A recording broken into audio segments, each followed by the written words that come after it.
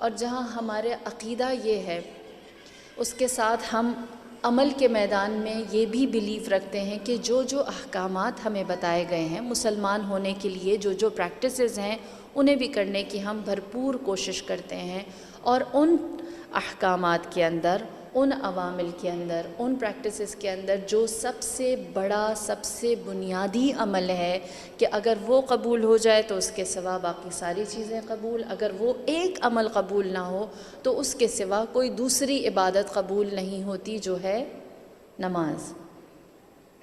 نماز ایک ایسی عبادت ہے جو اگر قبول ہو گئی تو اس کے سوا سب قبول، اور اگر وہ قبول نہ ہوئی تو کچھ بھی قبول نہیں ہوتا۔ یہ سب ہم سب کا ماننا ہے، لیکن ہم سب یہ بھی مانتے ہیں کہ ہماری نماز کے اندر وہ کنسنٹریشن نہیں ہوتی، ہماری نمازیں اس لیول کی ہوتی ہی نہیں ہیں، اس معیار کی ہوتی ہی نہیں ہیں جیسی ہونی چاہیے ہیں۔ ہم سب کو یہ پتہ ہے بہت اچھی طرح کہ جو نماز ہمیں اہل بیت نے سکھائی، جو ان کے پڑھنے کا انداز تھا اور جو ہمارے پڑھنے کا انداز ہے، اس میں بہت بڑا فرق ہے، اور قرآن نے اس کی مذمت بھی کی ہے۔ فویل للمصلین الذین هم عن صلاتهم ساہون۔ قرآن نے کیا کہا ہے؟ وائے ہو ان نماز پڑھنے والوں کے لیے، بے نمازیوں کے لیے نہیں۔ افسوس ہے ان نماز پڑھنے والوں کے لیے جو نماز پڑھتے ہیں لیکن سستی و کاہلی کے ساتھ۔ اسلام، قرآن، دین، آپ کا عقیدہ سستی کے ساتھ نماز پڑھنے والوں کو ویلکم نہیں کرتا، انہیں اپریشیٹ نہیں کرتا۔ پھر دوسری جگہ پروردگار عالم کہتا ہے لا تقربوا الصلاۃ وانتم کساری، نماز کے قریب ہی نہ آؤ جب تمہارے اندر پورے ہوش و حواس نہ ہوں۔ نماز نہ پڑھو اس وقت جب تک تم پوری طرح سے اللہ کے سامنے حاضر نہیں ہو۔ لا تقربوا الصلاۃ۔ اور پھر کبھی منافقین کی صفات جب بتائی جاتی ہیں، انشاءاللہ کہ ہم میں سے کوئی منافق نہیں، لیکن منافقین کی صفات جب بتائی جاتی ہیں تو اس میں کیا پروردگار عالم کہتا ہے ان المنافقین الذین یخادعون اللہ وهم خادعهم۔ منافقین وہ کون ہیں؟ جو اللہ کو دھوکہ دیتے ہیں جبکہ اللہ انہیں دھوکہ دے رہا ہے۔ کس طرح؟ وَإِذَا قَامُوا إِلَى الصَّلَاةِ قَامُوا كُسَالَىٰ۔ منافقین کون ہیں؟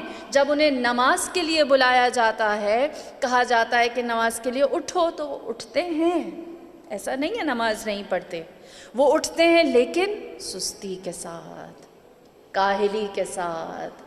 وَيُرَاءُونَ النَّاسَ، اور لوگوں کو دکھانے کے لیے اٹھتے ہیں، ریاکاری کے ساتھ۔ انشاءاللہ کہ کسی کی نیت خراب نہیں ہوگی ہم میں سے۔ منافقین کی نیت خراب ہوتی ہے، منافق نیت کا برا ہوتا ہے۔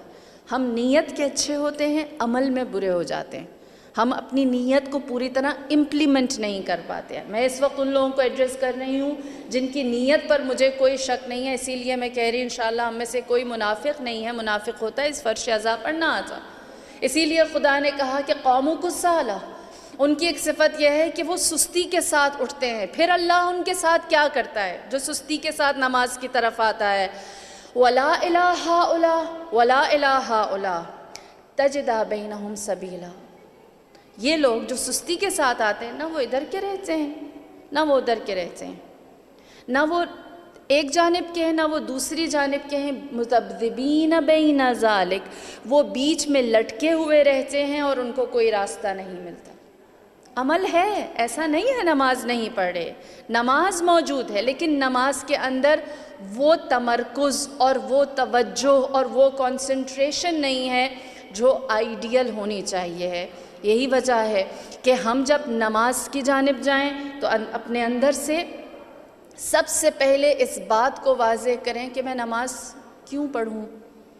ہمیں اس بات کا اندازہ ہونا انتہائی ضروری ہے کہ ہم نماز کس مقصد کے لیے پڑھ رہے ہیں۔ قرآن نے اس مقصد کو بہت آسانی سے آپ کے سامنے رکھ دیا، اقم الصلاۃ لذکری۔ اللہ قرآن میں کہتا ہے نماز پڑھو کیونکہ اس میں میرا ذکر ہے، مجھے یاد کرنے کے لیے نماز پڑھو۔ تو نماز اللہ